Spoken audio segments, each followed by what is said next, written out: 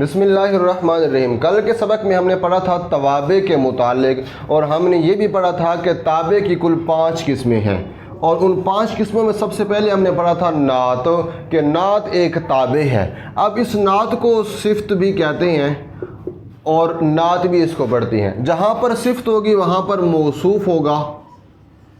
اب یہاں پر موصوف کو مطبوع کہیں گے اور صفت کو ہم یہاں پر کیا کہیں گے؟ تابع کہیں گے۔ اب نعت کی تعریف کیا ہے؟ نعت ایک ایسا تابع ہے کہ جو مطبوع کی ذات کے اندر جو چیز پائی جاتی ہے، یہ نعت اس چیز کے اوپر دلالت کرتا ہے۔ اب اس نعت کی کتنی قسمیں بن جاتی ہیں؟ آگے جا کر 2 قسمیں بن جاتی ہیں۔ ایک کو کہتے ہیں صفت بحالہ، اور ایک کو کہتے ہیں صفت بحالہ متعلقہ۔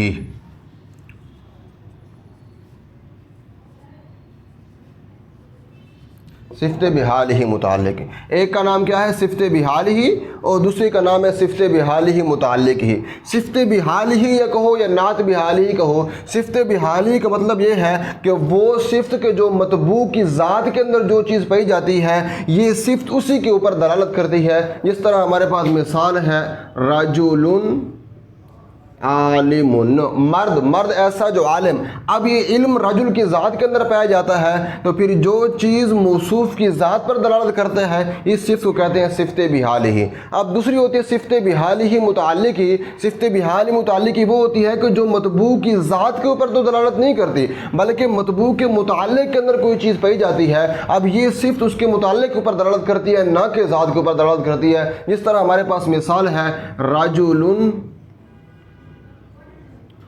عالم ابوہ، مرد جس کا باپ عالم تھا۔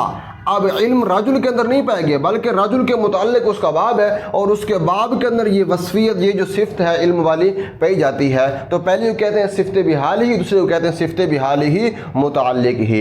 اب دیکھیں موصوف اور صفت، موصوف اور صفت کے اندر 10 چیزوں کی مطابقت آتی ہے۔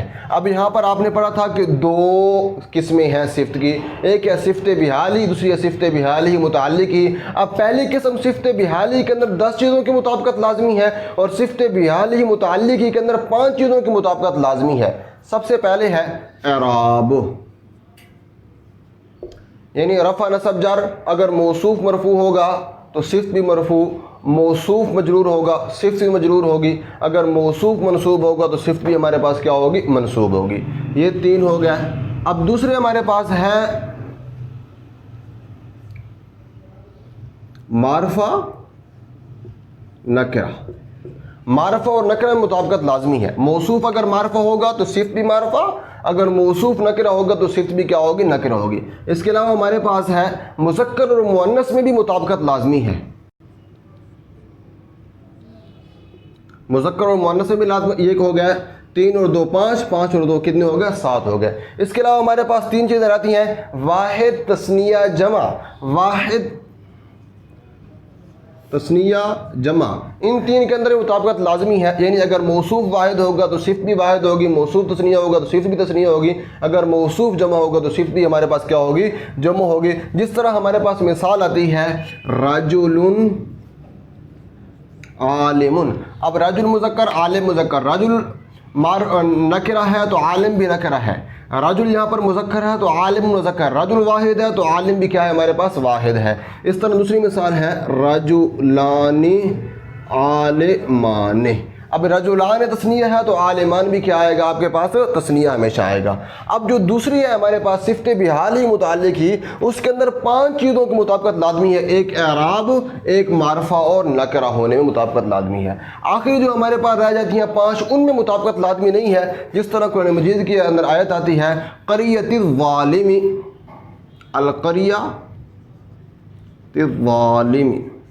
اب دیکھو، اب القریہ یہاں پر کسرہ ہے تو ظالم پر بھی کسرہ ہے، ایک مطابقت آ گئی ہے۔ دوسری مطابقت ہمارے پاس کیا ہے؟ یہ معرفہ ہے تو ظالم بھی معرفہ ہے، الف لام داخل ہو گیا تعریف والا۔ باقی 5 میں مطابقت لازمی نہیں ہے۔ اب دیکھو یہ مؤنث کا ہے، اس کے آخر میں تا مؤنث کی آ گئی اور اس کے آخر میں تا مؤنث کی نہیں ہے، تو خلاصہ کیا نکلا؟ خلاصہ یہ نکلے گا کہ نعت ایک تابع ہے، اس کو صفت بھی کہا جاتا ہے، جو موصوف کی ذات کے اندر جو چیز پائی جاتی ہے اس کے اوپر یہ دلالت کرتا ہے۔ اس کی 2 قسمیں، صفت بحالی، صفت بحالی متعلقی۔ صفت بحالی کے اندر 10 چیزوں کی مطابقت لازمی ہے، صفت بحالی متعلق کے اندر 5 چیزوں کی مطابقت لازمی ہوتی ہے۔